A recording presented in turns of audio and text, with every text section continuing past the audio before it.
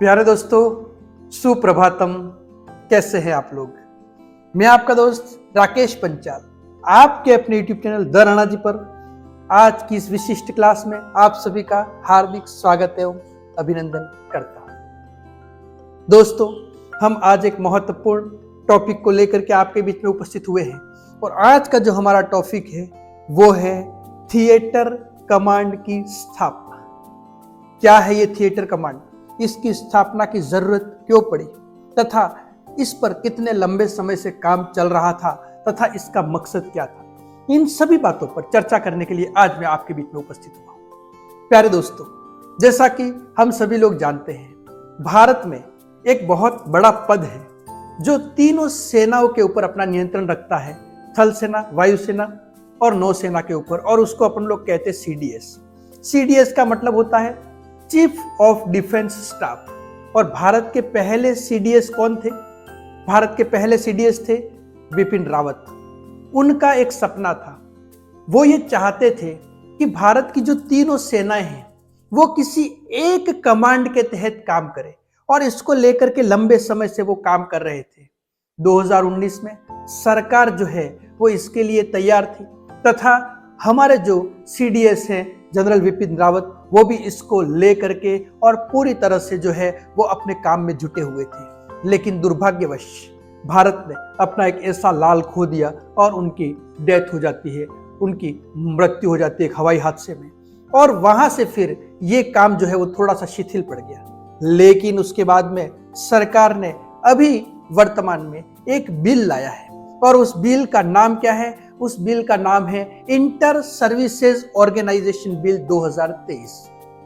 तो रक्षा मंत्रालय ने एक बिल प्रस्तुत किया है और वो बिल संसद में प्रस्तुत किया है, और उस बिल का नाम क्या है? उस बिल का नाम है इंटर सर्विसेज ऑर्गेनाइजेशन बिल 2023, है ना। और इस बिल के तहत एक ऐसे कमांड का निर्माण करने की बात, गठन करने की बात हमारी केंद्र सरकार ने कही है, जिसके अंतर्गत वो कमांड, कंट्रोल और डिसिप्लिन तीनों ही किसी एक थिएटर कमांड के हाथ में देना चाहता है।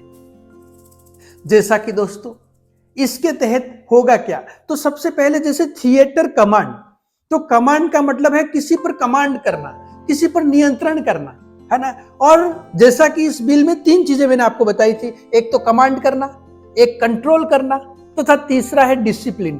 तो कमांड, कंट्रोल और डिसिप्लिन को लेकर के और एक थिएटर कमांड बनाने का निर्णय हमारी जो सरकार है उसने लिया है, तथा ये जो थिएटर कमांड है वो तीनों सेनाओं पर अपना नियंत्रण रखेगा। इसके गठन के बाद में सेना के तीनों अंगों का निर्देशन एक ही कमांड के पास में होगा।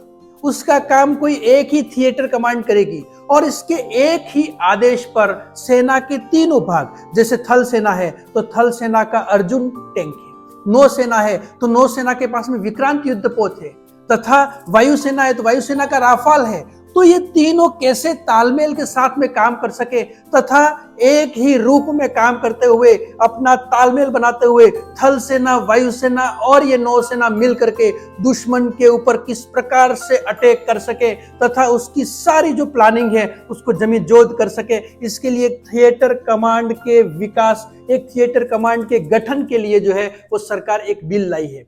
और दोस्तों, अधिसूचना जारी करके और फिर इस विधेयक में सरकार जो है वो आने वाले समय में एक इंटर सर्विसेज ऑर्गेनाइजेशन का गठन कर सकती है।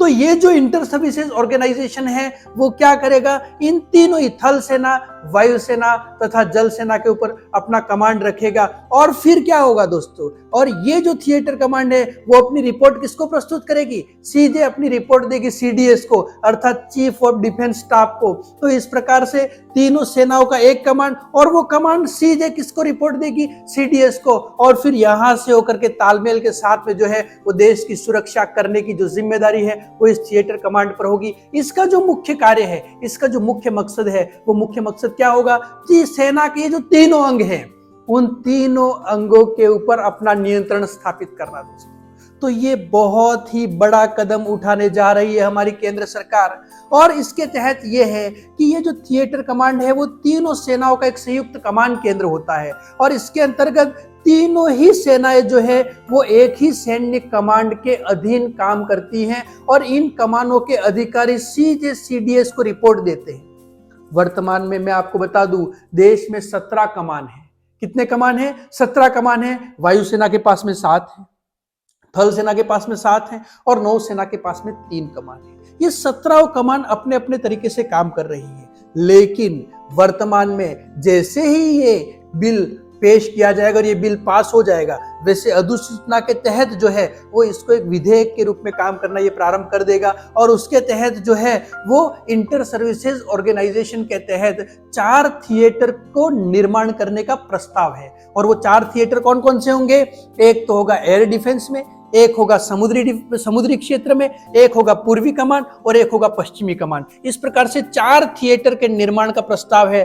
पहला है एयर डिफेंस, दूसरा है समुद्री, तीसरा है पूर्वी और चौथा है पश्चिमी कमान क्षेत्र। वैसे देखा जाए, अगर हम लोग दुनिया की बात करें तो वर्तमान में अमेरिका में 11 थिएटर कमान है। उसी प्रकार से चाइना की अगर हम लोग बात करें तो चाइना में 5 थिएटर कमान है। उसी प्रकार रसिया की बात करें तो रसिया में 4 थिएटर कमान है। तो उसी की तर्ज पर भारत सरकार जो है वो भी आगे बढ़ रही है दोस्तों। अब इसके पीछे का मकसद क्या है, उस पर हम लोग अभी जो है वो चर्चा करने वाले हैं। तो सबसे पहला मकसद तो ये है कि भारत सरकार के सामने जो भविष्य की चुनौतियां हैं, उन चुनौतियों से निपटने के लिए तीनों सेनाओं को एक साथ लाना, एक ही छत के नीचे लाना। और ये जरूरत महसूस कब हुई थी? ये जरूरत महसूस हुई थी कारगिल युद्ध के दौरान, जब हमको ये महसूस हुआ कि हमारी तीनों सेनाओं में तालमेल में कहीं ना कहीं कमी है। भले ही हम लोगों ने कारगिल संघर्ष में दुश्मन को मुंह तोड़ जवाब दिया तथा हमारी सेनाओं ने अपनी वीरता का प्रदर्शन करते हुए भारत के मान को रखा, लेकिन फिर भी हमको उनके तालमेल में कमी नजर आई। और उस तालमेल को कम करने के लिए, उस तालमेल को बढ़ाने के लिए जो है वो हमने इस कमान के निर्माण के, इस कमान के गठन का निर्णय लिया। भारत को पाकिस्तान तथा चाइना जैसे अपने दुश्मनों से हर हमेशा खतरा रहता है, तो उस खतरे से निपटने में बहुत ही बड़ा भूमिका जो है वो ये कमान हमारे लिए साबित हो सकता है। उसके बाद में दूसरी चीज जो है महत्वपूर्ण, वो क्या है? दूसरी चीज ये है कि इसका उपयोग युद्ध के समय सेना प्रमुख जितने भी हैं उनके बीच में तालमेल करने के लिए भी इसका उपयोग किया जाएगा। यानी तीनों सेना प्रमुख है, थल सेना प्रमुख अलग है, जल सेना प्रमुख अलग है, वायु सेना प्रमुख अलग है। तो उन तीनों सेना प्रमुखों के बीच में तालमेल बनाने का काम ये कमान करेगी और उस तालमेल के माध्यम से फिर वो रिपोर्ट है वो सीधे किसको जाएगी? सीडीएस को जाएगी और अंतिम निर्णय फिर सीडीएस के हाथ में रहेगा। उसके बाद में अपन लोग देखें तो तीनों सेनाओं के जो युद्ध में काम आने वाले हथियार हैं और उनके पास में जो संसाधन है, उन संसाधनों का हम एक साथ इस्तेमाल कैसे कर सकें, इसको लेकर के ये काम करेगी। उसके अलावा जब हम लोग देखें तो भारत के अंदर 15 लाख से अधिक सैन्य बल हैं। तो उन 15 लाख से अधिक सैन्य बल में कोई जो है वो वायुसेना से संबंधित है, कोई थल सेना से संबंधित है, कोई नौसेना से संबंधित है।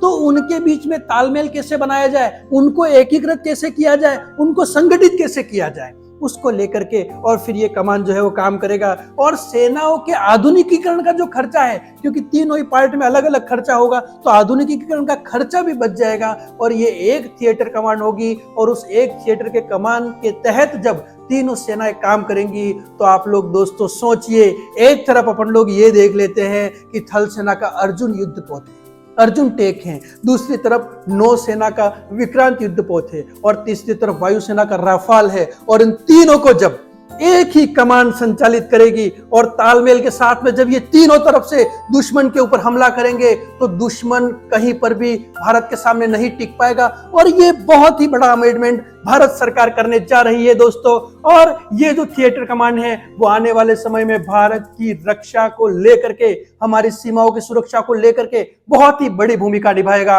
आप सभी लोगों को बहुत बहुत धन्यवाद, शुभकामनाएं। जय हिंद, वंदे मातरम।